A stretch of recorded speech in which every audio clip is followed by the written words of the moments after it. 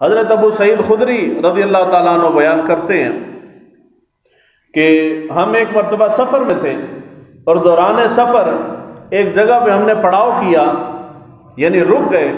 جب ہم رکے تو پاس ایک قبیلہ تھا، اس قبیلے کی ایک لڑکی ہمارے پاس آئی اور آ کے کہنے لگی کہ جی ہمارے قبیلے کے لوگ جو ہیں وہ قبیلے کے اندر موجود نہیں ہیں، باہر گئے ہوئے ہیں کہیں، اور ہمارے قبیلے کا جو سردار ہے اس کو بچھو نے کاٹ لیا ہے۔ آپ میں سے اگر کوئی بندہ دم کرنے والا ہو تو ہمارے ساتھ چلے اور ہمارے سردار کو جا کے دم کر دے۔ کیا کر دے جی؟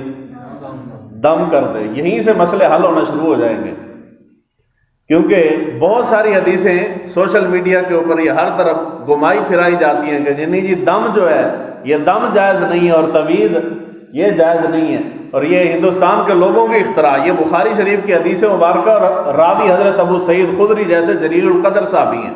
حضرت ابو سعید خدری فرماتے ہیں کہ ہم میں سے ایک ایسا بندہ کھڑا ہوا جس کے بارے میں ہم سمجھتے تھے، ہم نے آج تک اس کو دم کرتے ہوئے نہیں دیکھا تھا اور ہمیں معلوم نہیں تھا کہ وہ دم کرتا ہے، یعنی بالکل دم کے بارے میں جانتا ہی کوئی نہیں تھا۔ وہ شخص ایسا شخص تھا، تو وہ کھڑا ہو گیا اور وہ لڑکی کے ساتھ چلا گیا۔ جب وہاں گیا تو اس نے جا کے سردار کو دم کیا، اور دم کی برکت یہ تھی کہ یا انہوں نے دم کیا اور سردار بالکل صحت یاب ہو گیا، سردار ٹھیک ہو گیا۔ اور دوائی، ڈاکٹر دوائی دے نا تو اس کو اثر کرنے میں دیر لگتی ہے، وقت لگتا ہے کہ کبھی ہاں جی 2 خوراکیں کھاؤ گے تو اثر آہستہ آہستہ اندازہ ہوگا، 3 خوراکیں کھاؤ گے تو پتہ چلے گا، کوئی ہفتہ 2 ہفتے کھاؤ گے تو پتہ چلے گا۔ اللہ کے کلام میں برکت اتنی ہے، یا صحابی رسول نے پھونک ماری ہے، سردار صاحب اٹھ کے بیٹھ گئے، اتنی برکت ہے۔ وہ کہتے ہیں کہ یا انہوں نے دم کیا، سردار صاحب ٹھیک ہو گئے۔ جب ٹھیک ہوئے تو انہوں نے ہم سب کی خاطر تواضع کی، انہوں نے ہم سب کو دودھ پلایا، ہم سب کو دودھ پلایا، اور انہوں نے تحفے کے طور پہ جس شخص نے، جس صحابی رسول نے دم کیا تھا، سردار صاحب نے حکم دیا کہ اس بندے کو 30 بکریاں دے دو، ایک دم کے بدلے۔ کتنی بکریاں؟ 30 بکریاں۔ 30 بکریاں ہم لے کے واپس آ گئے۔ جب ہم واپس آئے تو ہم نے اس سے پوچھا کہ تو نے آج سے پہلے کبھی دم کیا ہے؟ وہ کہنے لگا کہ جی میں نے تو آج تک دم نہیں کیا اور نہ ہی مجھے دم کرنا آتا ہے، میں نے تو فقط ایک مرتبہ سورہ فاتحہ پڑھ کے پھونک ماری اور کچھ بھی نہیں کیا، صرف سورہ فاتحہ پڑھی ہے، پڑھ کے پھونک مار دی ہے۔ صحابہ کے اندر آپس میں باس مباحثہ ہوا، حضرت ابو سعید خدری کہنے لگے کہ اس کے اوپر باس مباحثہ نہ کرو۔ باس مباحثہ اس انداز سے کہ حضور صلی اللہ علیہ وآلہ وسلم کے بعد صحابہ سمجھتے تھے کہ دم کرنا اس طرح جائز نہیں ہے۔ آپ نے فرمایا کہ ہم حضور کی بارگاہ میں جائیں گے، حضور صلی اللہ علیہ وآلہ وسلم سے اس بارے میں پوچھیں گے، آپ کو بتائیں گے۔ حضرت ابو سعید خدری فرماتے ہیں کہ جب ہم حضور صلی اللہ علیہ وآلہ وسلم کی بارگاہ میں پہنچے تو صحابہ کی عادت مبارکہ تھی کہ جب بھی سفر سے واپس آتے تھے سیدھا حضور کے پاس جاتے اور سارے سفر کی رودات سناتے تھے۔ ہم اس طرح گئے، فلاں جگہ پہ رکے، یہ واقعہ پیش آیا، کوئی بھی عجیب چیز ہوتی تھی وہ حضور کے سامنے بیان کرتے تھے۔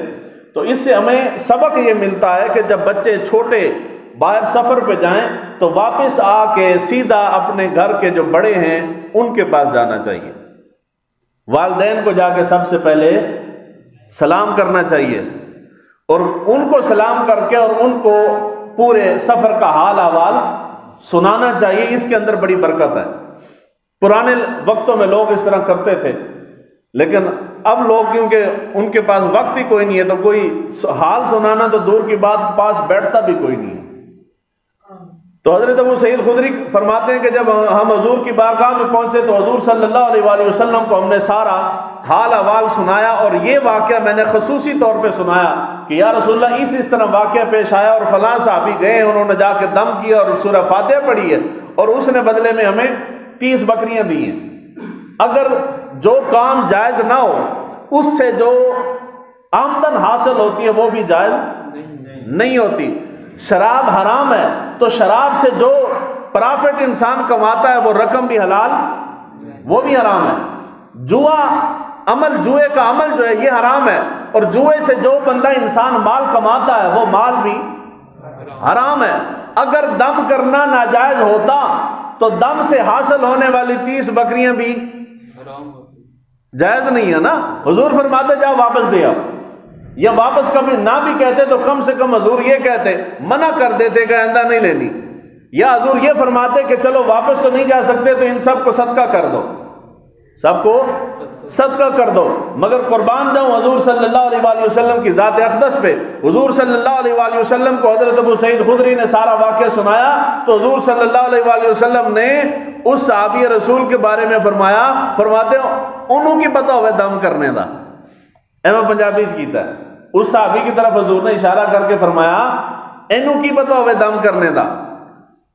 مراد یہ تھی کہ اس کو دم کرنے کا جو اصل طریقہ ہے وہ نہیں آتا، اس کے باوجود شفا تو ملی ہے نا، شفا تو مل گئی ہے۔ یہ فرمانے کے بعد اب یہ بخاری شریف کی حدیث ہے، حضور صلی اللہ علیہ وآلہ وسلم نے فرمایا کہ وہ جو 30 بکریاں تمہیں دم کے عوض ملی ہیں نا، وہ ساری 30 کی 30 بکریاں آپس میں تقسیم کرو، آپس میں تقسیم کرو، اور اس میں سے میرا حصہ بھی نکالو،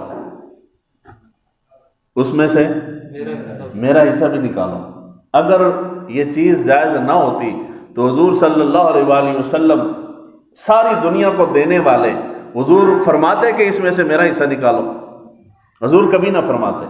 فرمانا، یہ حصہ نکلوانا، یہ کہنا، یہ نہیں کہ حضور کو اس کی حاجت تھی، حضور صلی اللہ علیہ وآلہ وسلم نے فقط اس لیے عمل کیا تاکہ آنے والی رہتی دنیا تک کے لوگوں کو اس بات کا اندازہ ہو جائے کہ نیک کام کرنے کے عوض، دین سکھانے کی عوض، قرآن پڑھانے کی عوض، اللہ اور اس کے رسول صلی اللہ علیہ وآلہ وسلم کا نام لینے کے عوض جو رقم ملتی ہے وہ رقم حرام نہیں ہوتی۔ دنیا کی ہر چیز کے عوض ہم نے پیسہ دیا ہے، اور جب قرآن کی باری آئی ہے تو ہم کہتے ہیں جی قرآن فری ہونا چاہیے۔ کیوں بھائی، کیوں فری ہونا چاہیے قرآن؟ تو قرآن کی کوئی ویلیو کوئی نہیں ہے، جس شے کی جتنی ویلیو ہوتی ہے وہ اتنی مہنگی ہوتی ہے، انجے ہی ہے نا جی۔ سکول جس حساب کا ہوگا اسی حساب سے اس کی فیس ہوتی ہے، اور جو بالکل گیا گزرا ہے وہ منتیں اور ترلے کرتے ہیں کہ کچھ بھی نہ دینا، کم سے کم داخل کروا جاؤ۔ ہم نے قرآن کو اور دین کو اس سے بھی نیچے رکھا ہے، اجی نہیں، بالکل فری ہونا چاہیے۔ کیوں فری ہونا چاہیے؟ سکول کی تعلیم، دنیا کی تعلیم، دنیا کا علم تمہارا یہیں تک رہ جاتا ہے، قبر میں ساتھ نہیں جاتا۔ اس کی خاطر ہم لاکھوں روپیہ خرچ کرتے ہیں، اجی منڈے نو پڑھانا ہے، اعلیٰ تعلیم دلوانے کے لیے امریکہ بھیجیں گے، اس کو برطانیہ بھیجیں گے، جوتے پٹخ پٹخ کے وہ یورپ جا رہا ہے پڑھنے کے لیے، لاکھوں کروڑوں روپیہ خرچ کیا ہے، اور جس علم نے تمہاری دنیا بھی سنوارنی ہے اور اس علم نے جا کے تمہاری آخرت بھی سنوارنی ہے، اور جب اللہ تعالیٰ حساب و کتاب لے گا تو حدیث مبارکہ میں قرآن آگے آ جائے گا، قرآن آگے آ جائے گا، قرآن وہاں تمہاری گواہی دے گا اگر تم قرآن پڑھتے ہو تو جس علم نے تمہیں دنیا میں بھی نہیں چھوڑا، جس علم نے قبر میں بھی تمہیں نہیں چھوڑا، وہاں بھی ساتھ نبھایا ہے، جہاں تمہارے سارے اعزاء اقارب رشتہ دار تمہیں چھوڑ گئے، وہ علم وہاں بھی تمہاری حفاظت کر رہا ہے، میدان معاشر میں بھی حفاظت کر رہا ہے، رب کے سامنے جہاں کوئی نہیں بولا وہاں بھی تمہاری حفاظت کر رہا ہے۔ اس کی باری آتی ہے نہیں جی فری ہونا چاہیے۔ یہ ہم نے دین کی خیر خواہی نہیں کی، یہ دین کا ستیہ ناش کیا ہم نے، بالکل بیڑا غرق جو ہم نے کیا ہے نا دینی تعلیم کا، وہ اس کا سب سے بڑی وجہ یہ ہے۔